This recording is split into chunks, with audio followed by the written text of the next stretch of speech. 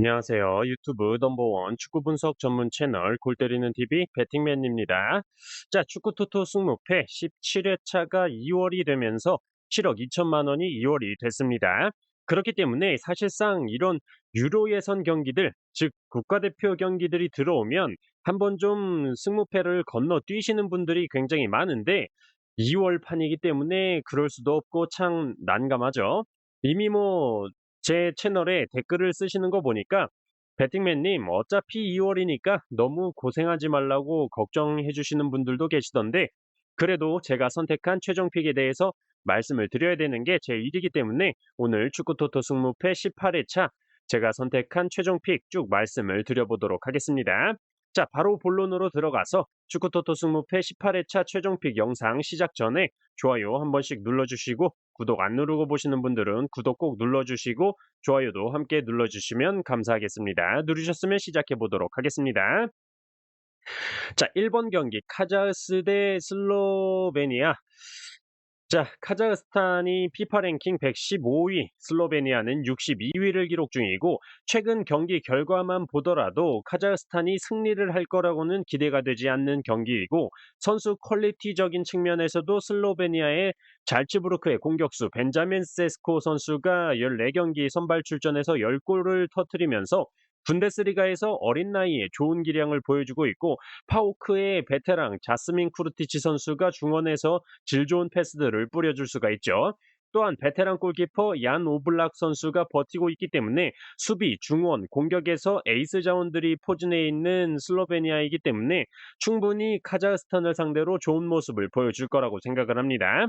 다만 카자흐스탄이 홈에서만큼은 슬로바키아를 상대로 승리를 했었고 물론 경기 내용적으로는 밀리는 경기였지만 그때처럼 홈발이 터져준다면 무승부 정도까지는 나오면서 1번부터 배터들의 멘탈을 터지게 할 수도 있는 경기다라고 생각을 합니다.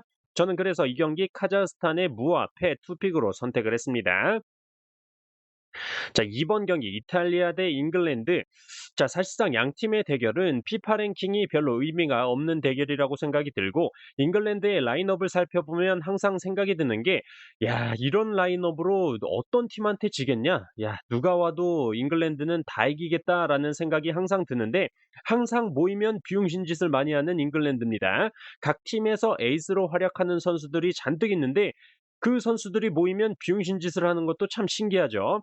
어쨌든 상대 전적에서 이탈리아가 앞서 있고 잉글랜드가 삽질하는 건 너무 많이 봐왔기 때문에 쉽게 잉글랜드의 믿음이 잘 가지는 않지만 사실상 지금 이탈리아는 공격 자원이 폴리타노 선수와 스카마카 선수가 공격을 이룰 것으로 보이는데 사실상 나폴리의 폴리타노 선수나 웨스트햄의 스카마카 선수나 이번 시즌 그렇게 골을 많이 넣지는 못했기 때문에 이탈리아의 공격은 사실상 무섭지가 않다라고 느껴집니다. 하지만 잉글랜드의 경우는 이번 시즌 날아다니고 있는 아스날의 부카요 사카, 토트넘의 해리 케인, 필 포든 공격 라인을 이룰 것으로 보이고 도르트문트의 벨링엄, 프리미어리그의 데클란 라이스, 조단 앤더슨, 메디슨, 칼린 필립스 같은 프리미어리그 자원들이 있기 때문에 아무리 생각을 해도 이탈리아의 승리까지는 생각이 들지가 않습니다. 다만 이탈리아를 만나면 고전을 했었던 전적이나 이탈리아의 홈이라는 걸 생각해 볼 때 무승부 정도는 받쳐서 가야 될 것으로 보여서 저는 이탈리아의 무앞에 투픽으로 선택을 했습니다. 자, 4번 경기 덴마크 대 핀란드. 우선 덴마크는 피파 랭킹 18위, 핀란드는 56위를 기록 중이고 사실상 가장 최근에 맞붙었던 기록이 있죠. 그때 핀란드가 0대1로 승리를 기록을 했었는데 다만 경기 내용적으로는 핀란드가 이길 경기가 아니었다라는 걸 말씀을 드리고 싶습니다. 기본적인 점유율부터 덴마크가 주도를 했고 덴마크가 슈팅을 22개 때릴 동안 핀란드는 단 한 개밖에 기록을 못했었죠. 한마디로 덴마크가 재수가 오지게 없던 경기였다라고 말씀을 드리고 싶고 이번 덴마크 선수들을 보면 그때 당시 선발 라인업과 비교해 볼 때 수비 라인과 공격 라인에는 거의 변화가 없고 중원 자원의 호이비에르 선수를 주축으로 브랜드포드의 주축 자원인 뇌르고르 선수와 마티아스 옌센 선수가 있고 와포드의 필립 빌링 같은 선수들을 뽑으면서 최근 좋은 경기력을 보여주고 있는 선수들이 들어왔다라는 점 하지만 상대편 핀란드의 경우는 덴마크를 상대로 0대1로 승리를 했을 당시에 수비 자원들이 팀 내 평점 1, 2, 3위를 기록할 만큼 좋은 모습을 보여줬지만 이번에 뽑힌 수비 자원들은 그때 당시 선수들과는 좀 바뀌었다라고 말씀을 드릴 수 있기 때문에 뭐 바뀐 게 더 좋을지 안 좋을진 모르겠지만 어쨌든 팀워크를 맞춰 나가야 된다라는 점에서는 좋아 보이지 않다라고 말씀을 드릴 수가 있을 것 같습니다. 핀란드의 흐라데츠키 골키퍼만 잘 넘어설 수 있다면 충분히 덴마크가 승리를 할 수 있다라고 생각이 들어서 덴마크의 단통 승으로 선택을 했어요. 자, 5번 경기 슬로바키아 대 룩셈부르크. 자, 기본적으로 슬로바키아의 경우는 피파 랭킹 54위, 룩셈부르크는 92위를 기록 중입니다. 우선 슬로바키아의 경우는 골문이 굉장히 든든하죠. 뉴캐슬의 두브라브카 골키퍼가 골문을 지키고 있기 때문에 굉장히 안정감이 있고 피파 랭킹 31위의 칠레와의 가장 최근 경기에서도 밀리는 경기를 했음에도 불구하고 0대0 무승부를 기록할 수 있었던 이유가 바로 두브라브카 골키퍼의 선방 덕분이었죠. 중원의 나폴리에서 활약 중인 로보트카 선수, 유라이 쿠쿠카, 스파르타 프라하의 하라슬린 선수가 있고 공격 자원들도 폴리에브카 선수가 이번 시즌 좋은 기록을 보여주고 있다라고 생각을 하는데 룩셈부르크의 경우는 공격 자원이 이번 시즌 골이 거의 없는 선수들로 이루어져 있고 딱히 특별하게 체크할 만한 선수는 없어 보인다라고 느껴졌습니다. 저는 그래서 이 경기 슬로바키아의 홈 경기이기도 하고 딱히 룩셈부르크에 주목할 만한 선수가 없어 보인다라는 점, 맞대결 전적에서 무승부가 없었다라는 점에서 저는 이 경기 슬로바키아의 단통 승으로 선택을 했습니다. 자, 8번 경기 프랑스 대 네덜란드.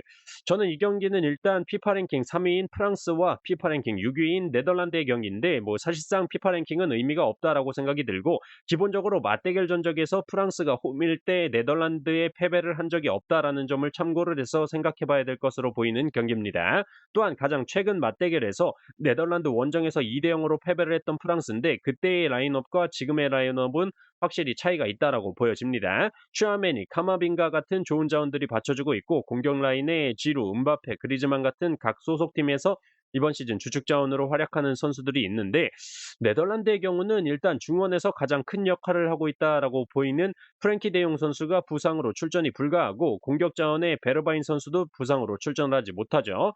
또한 데파이 선수는 직전 발렌시아전에서 평점 5.7점을 기록하면서 좋지 않은 모습이었고 리버풀의 각포, 맨유의 베오르스트 같은 선수들이 선발 자원으로 나올 것으로 보이는데 딱히 이름값에 비해서 최근 경기력이 좋다라고 보기는 힘들다라고 느껴집니다.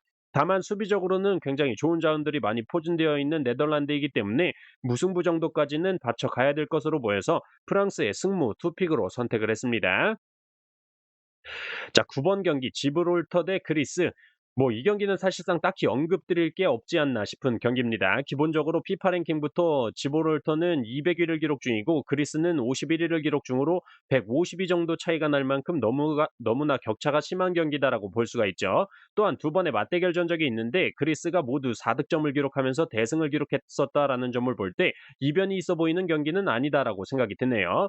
최근 지브롤터가 홈에서 리텐슈와 안도라를 상대로 2연승을 기록하긴 했지만 리텐슈는 피파 랭킹 198위, 안도라는 153위로 사실상 그리스와 비교해 볼 때 이변이 터질 것 같다라고 하기에는 차이가 있는 팀들이죠. 공격수 알크마르의 파블리디스 선수가 16경기 선발 11골을 넣으면서 좋은 기록을 보여주고 있고 켈른의 림니오스, 트라브존스포르의 바카스타스, 올림피아코스의 포르토우니스 역시 이번 시즌 좋은 기록을 보여주고 있는 그리스입니다. 자, 또한 수비에 리버풀의 치미카스, 슈투트가르트의 마브로파노스, 올림피아코스의 레치오스, 알크마르의 차지디아코스 같은 자원들이 이번 시즌 좋은 기록을 보여주고 있기 때문에 이 경기는 뭐 딱히 이변의 냄새가 나지가 않습니다. 지브롤터의 단통 패로 선택을 했어요. 자, 12번 경기 스웨덴 대 벨기에. 자, 일단 벨기에가 사실상 월드컵에서 보여준 경기력을 생각하면 굉장히 이 경기 어려울 것으로 생각이 됩니다. 하지만 로베르트 마르티네스 감독이 물러나면서 도메니코 테데스코라는 감독이 새로 합류를 했기 때문에 변화가 확실히 있을 거라고 생각이 들고 이번 선수 명단을 살펴보면 좀 어린 선수들과 베테랑 선수들의 조화가 잘 이루어질 것으로 기대가 되고 있습니다. 골키퍼는 당연히 레알 마드리드의 쿠르투아 골키퍼가 선발로 출전할 것으로 보이고 수비에는 뭐 19살, 24살, 23살, 22살, 뭐 27살, 그리고 뭐 메니에르와 얀 베르통원 같은 베테랑 수비 자원들을 뽑았고 미드필더 역시 케빈 데브라이너 선수를 주축으로 19살의 사우스햄튼의 로베오 라비아, 이 22살의 밀란의 케테랄레, 25살 노팅엄의 오렐 망갈라, 21살 에버튼의 아마두 오나나 같은 어린 자원들을 활용할 수 있지 않을까 생각이 들고, 공격 자원으로도 23살 랑스의 로이스 오펜다 선수가 이번 시즌 19경기 선발 출전해서 14골을 기록할 만큼 굉장히 좋은 활약을 보여주고 있고,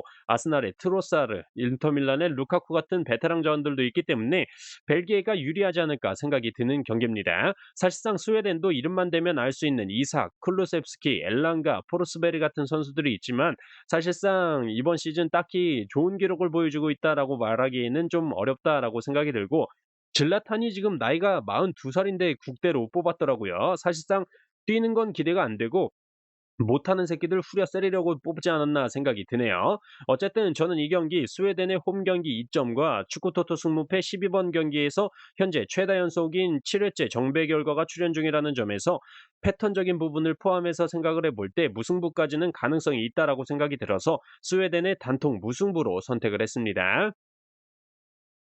자, 13번 경기 오스트리아 대 아제르바이잔. 자, 우선 오스트리아의 승리가 당연해 보이는 경기로 보여집니다. 기본적으로 오스트리아가 피파 랭킹 34위로 121위를 기록 중인 아제르바이잔보다 훨씬 높은 기록을 보여주고 있고, 확실히 이름 있는 선수들이 아제르바이잔에 비해 많이 포진이 되어 있죠. 기본적으로 공격 자원의 프라이부르크의 그레고리치 선수가 키 193cm에 이번 시즌 23경기에 선발 출전해서 8골을 기록 중으로 준수한 모습을 보여주고 있고, 9경기 선발 출전해서 7골을 기록 중인 잘츠부르크의 21살 어린 아다무 선수, 마인츠에서 21경기 선발 출전해서 9골을 기록 중인 베테랑 카림 오니시오 선수도 있죠. 이 외에도 맨유의 자비처, 호펜하임의 바움가트너, 라이프치히의 슐라거, 볼프스부르크의 패트릭 위머, 레알 마드리드의 다비드 알라바 등등 탑 클래스 리그에서 거의 평점 7점 정도 이상의 준수한 기록을 보여주고 있는 선수들이죠. 자, 다만 아제르바이잔의 경우 최근 5경기 연속 승리를 기록을 하면서 기세가 굉장히 좋은 편인데, 유명한 선수도 없는데 생각보다 경기력이 좋은 이유가 뭘까 생각을 해볼 때 기본적으로 같은 리그의 같은 팀들 선수가 대부분이기 때문에 호흡이 좋기 때문에 특히 수비적으로 좋다라고 보여집니다. 그리고 뭐 최근 대전 하나 시티즌에서 좋은 모습을 보여주고 있는 안톤 선수도 아제르바이잔 선수더라고요. 어쨌든 최근 UEFA 네이션스 리그 기록들을 보면 클린시트가 3경기나 있었고, 경기당 실점이 오스트리아에 비해 낮은 실점을 기록했었습니다. 결과적으로 사실상 오스트리아 홈 경기에 무난하게 오스트리아가 승리하는 그림이 있지만, 아제르바이잔 특유의 끈끈한 팀워크와 수비력이 나와준다면 무승부 정도까지는 한번 이변을 내볼 수 있지 않을까 생각이 들어서 저는 오스트리아의 승무 투픽으로 선택을 했습니다. 자, 14번 경기 세르비아 대 리투아니아.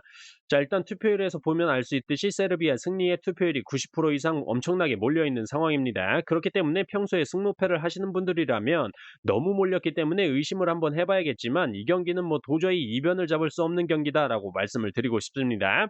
기본적으로 세르비아가 피파 랭킹 29위를 기록 중이고 리투아니아는 144위를 기록 중이라는 점과 2018년도 이후에 맞붙었던 맞대결 전적에서도 홈이고 원정이고 모두 세르비아가 승리를 하면서 4승을 기록 중이죠. 그리고 기본적으로 선수 구성 자체가 세르비아는 공격수의 최근 플럼에서 좋은 활약을 하고 있는 미트로비치 선수가 굉장히 높은 골 기대값을 보여주고 있고, 유벤투스의 블라우비치, 피오렌티나의 루카요비치, 아약스의 두산 타지치, 파우크의 지브코비치 선수까지 뭐 공격 자원의 퀄리티가 굉장히 좋고, 중원에서도 유벤투스의 필리 코스티치, 세비야의 네마냐 구데이, 라치오의 사비치, 베로나의 라조비치, 수비에는 최근 폼이 좋은 잘츠부르크의 파브로비치, 피오렌티나의 밀렌코비치 같은 사실상 이름 있는 리그에서 한가닥 하는 선수들이 포진되어 있기 때문에 리투아니아가 이변을 내기란 굉장히 어려워 보이는 경기다라고 결론을 내렸습니다. 현재 세르비아 배당만 봐도 토 사장이 이 경기는 세르비아 승이 확실하니까 돈 주기 싫다라는 배당이죠.